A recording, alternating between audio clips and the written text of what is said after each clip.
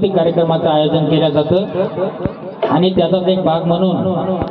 आज आपल्या जिल्हा परिषद प्राथमिक शाळा पिंपळगावच्या वतीनं त्या ठिकाणी विद्यार्थ्यांच्या विविध गुणदर्शनाचा कार्यक्रम आयोजित करण्यात आलेला आहे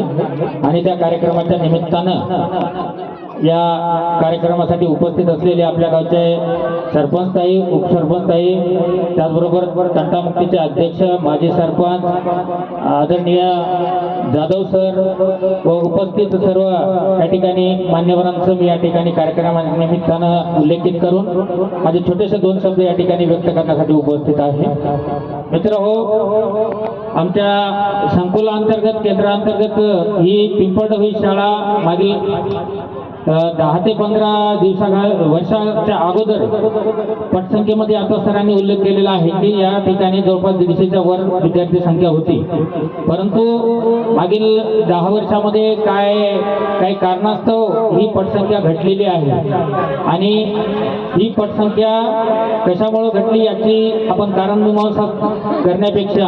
आता सद्यस्थितीमध्ये जे आहे त्या परिस्थितीमध्ये आपली शाळा कशा प्रकारे विकसित होईल आणि त्यासाठी आपल्याला काय करावं लागेल याबद्दल मी थोडक्यात माझे मनोगत व्यक्त करेल. आता जे आपल्या शाळेला या ठिकाणी वडमिले सर आणि गोयनवाड सर व त्याचबरोबर लांजेवार मॅडम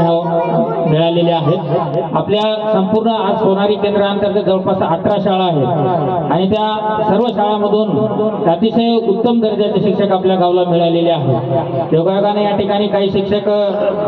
जागा उडाल्यामुळे त्यांची बदली झालेली आहे इतरत्र आणि पटसंख्या कमी असल्यामुळे फक्त 3च शिक्षक या ठिकाणी उपस्थित आहेत. मागील कालावधीमध्ये जवळपास 5 ते 6 शिक्षक असायचे आपल्या गावाला,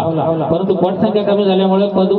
उडालेलं आहे आणि त्यामुळं मी आपल्या संबंध गावकऱ्यांना विनंती करू इच्छितो की या कार्यक्रमाच्या निमित्तानं की आपण मागची परिस्थिती काय होती याचा न विचार करता इथून पुढं आपण आपल्या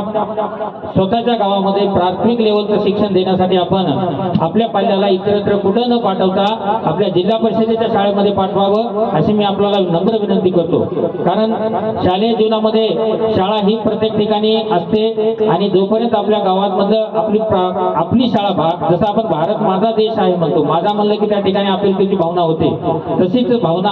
आज आपल्या शाळेबद्दल सुद्धा निवड झाली पाहिजे. आज संबंध या ठिकाणी उपस्थित जे आहेत आमच्या सहित आम्ही सुद्धा या शाळेमध्ये शिकलेलो आहोत आणि